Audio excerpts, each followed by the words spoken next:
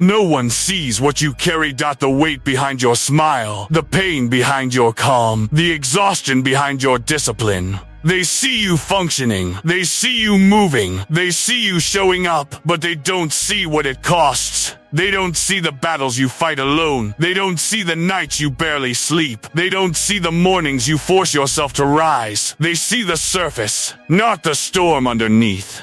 And that's why it's changing you. Stay.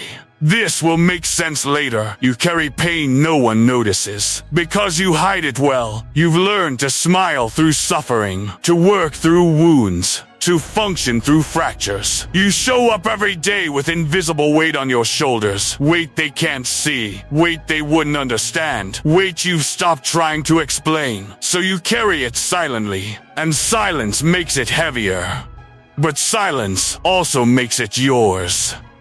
Private pain is powerful pain, because no one can invalidate what they don't know exists. Your routines hide suffering. You wake up at the same time. You train at the same hour. You work through the same schedule. And everyone sees consistency, sees discipline, sees strength. But they don't see the pain you're pushing through, the emotional exhaustion you're training with, the mental fatigue you're working through. Every rep is resistance. Every task is effort. Every day is a battle. But you keep your routine, because routine is what keeps you from collapsing. You struggle without witnesses, in the hours no one sees, in the moments no one asks about, when the house is quiet, when the world is asleep, when there's no one to impress, no one to perform for, just you and the weight you carry, and you work through it, not because you're strong, because you have no choice. You've learned that waiting for the pain to pass means waiting forever. So you move with it.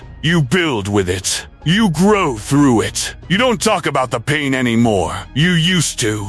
You used to share. You used to explain. You used to hope that speaking it would lighten it. But it didn't. People listened but didn't understand. They sympathized but didn't help. They cared but couldn't carry it for you. So you stopped talking. Not because you're fine. Because you're focused. Because you realize talking about pain doesn't reduce it. Action does. So you converted speech into work. Explanation into execution.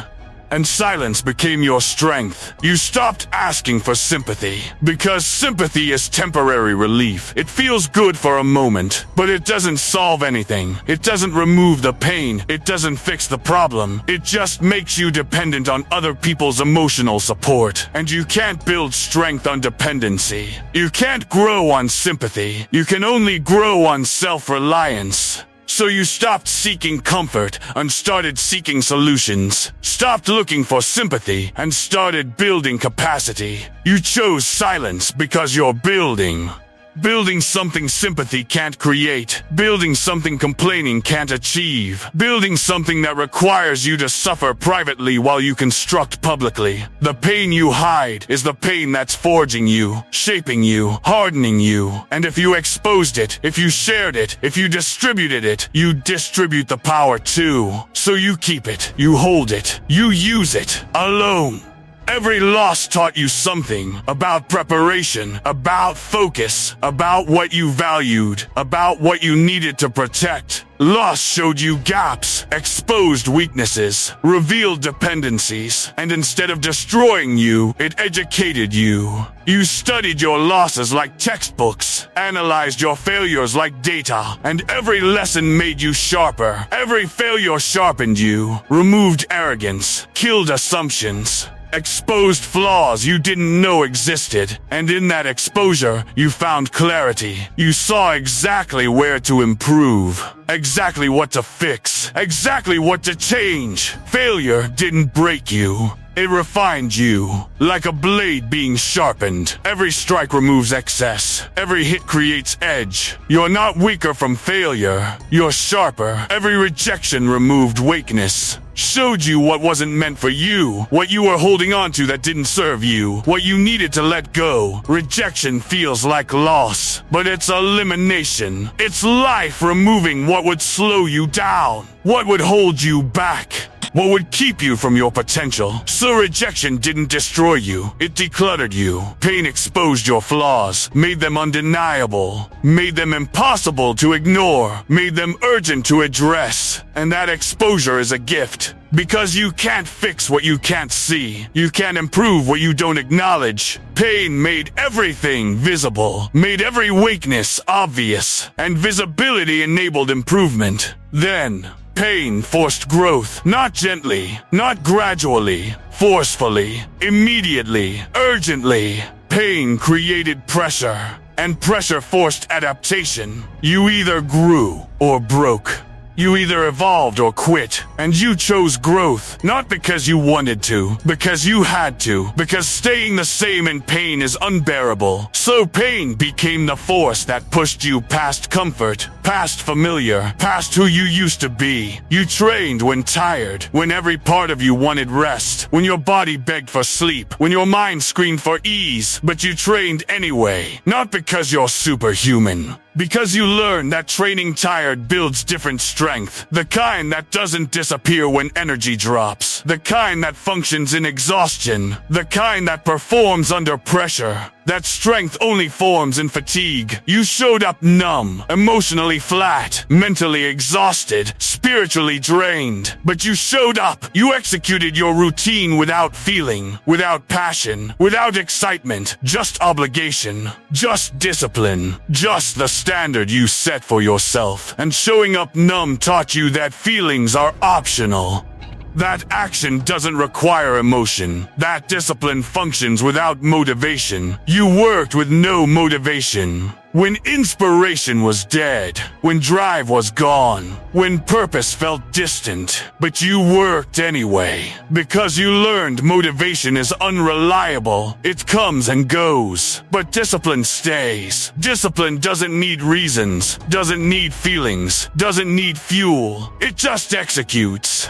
And execution in the absence of motivation builds habits, and habits build identity. The monster is not rage, not chaos, not destruction. The monster is control. Control over impulses, control over emotions, control over reactions. You've become someone who doesn't explode under pressure, who doesn't panic in crisis, who doesn't collapse in pain. You've become controlled, measured, precise. And that control is dangerous, not to others, to obstacles, to challenges, to anything trying to stop you. The monster is restraint, the ability to feel everything and show nothing. Ability to feel everything and show nothing. To carry pain and move normally, to endure pressure and act calmly. Restraint is power under wraps, strength in reserve, force in stillness. And you've built restraint through repetition, through choosing not to react, through choosing not to break, through choosing control over chaos every single time. The monster is precision, focused, intentional, deliberate, not scattered, not emotional, not reactive. Every action calculated, every decision measured. Every response controlled. You've become precise in your discipline, precise in your execution, precise in your standards, and precision makes you effective, makes you dangerous, makes you unstoppable. The monster is consistency, showing up when no one else does, working when everyone else rests, building when everyone else quits. Consistency that doesn't bend to mood, doesn't adjust to circumstances, doesn't stop when it's hard.